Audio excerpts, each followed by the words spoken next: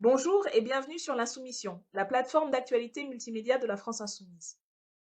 Depuis 3 ans, Emmanuel Macron et son gouvernement n'ont eu de cesse de justifier leur politique antisociale, anti-écologique et antidémocratique, entièrement tournée au service des plus riches et des plus puissants, en stigmatisant les plus pauvres, les précaires, les migrants et les migrantes ou les musulmans et les musulmanes, qui sont désignés à la vindicte populaire comme de véritables boucs émissaires.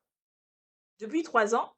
l'actualité n'a cessé de nous montrer, si on y regarde de plus près, qui étaient les véritables séparatistes, celles et ceux qui font constamment sécession, celles et ceux qui constituent un problème pour l'ensemble de la société, les ultra-riches.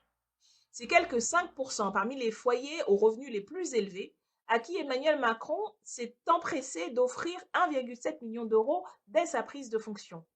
Ces mêmes ultra-riches dont l'ONG Oxfam nous révélait qu'elles et ils avaient empoché des milliards pendant la crise sanitaire sur le dos des salariés. Au niveau international, ce sont 1% des plus riches qui sont responsables de 2 fois plus d'émissions de gaz à effet de serre, de CO2, que la moitié de l'humanité parmi les plus pauvres.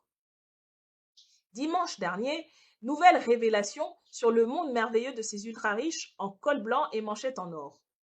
Après les scandales financiers des LuxLeaks en 2014, des Panama Papers en 2016, des Comex Files en 2018, c'est à peu près tous les 2 ans, voilà celui des FinCEN Files,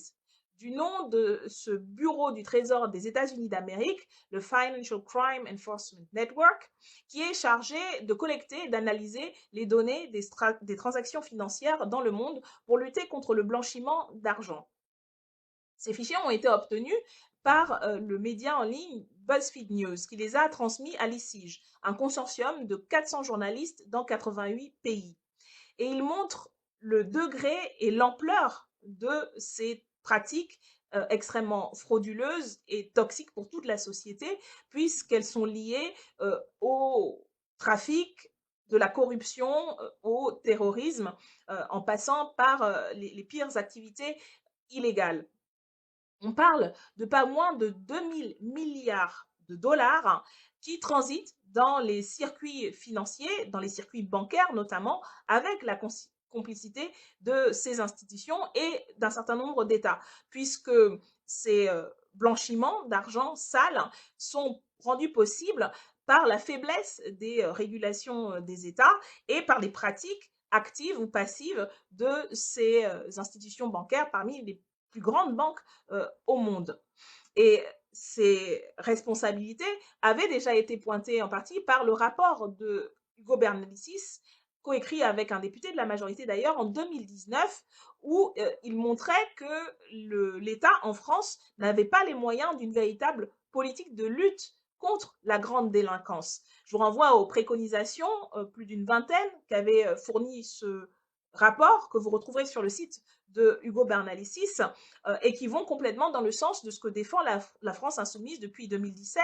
dans notre programme et également dans toutes les interpellations que nous faisons du gouvernement lors des débats budgétaires notamment.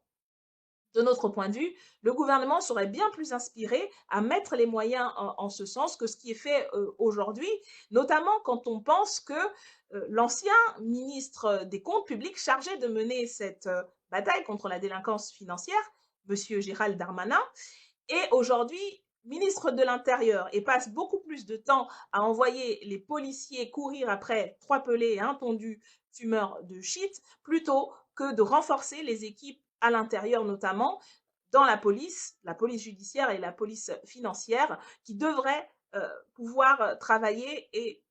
lutter contre ces trafics. Dans tous les cas, nous rappellerons le ministre, les ministres, le gouvernement à ses responsabilités en la matière avec toutes les propositions que nous ne manquerons pas de refaire à nouveau dans les débats parlementaires.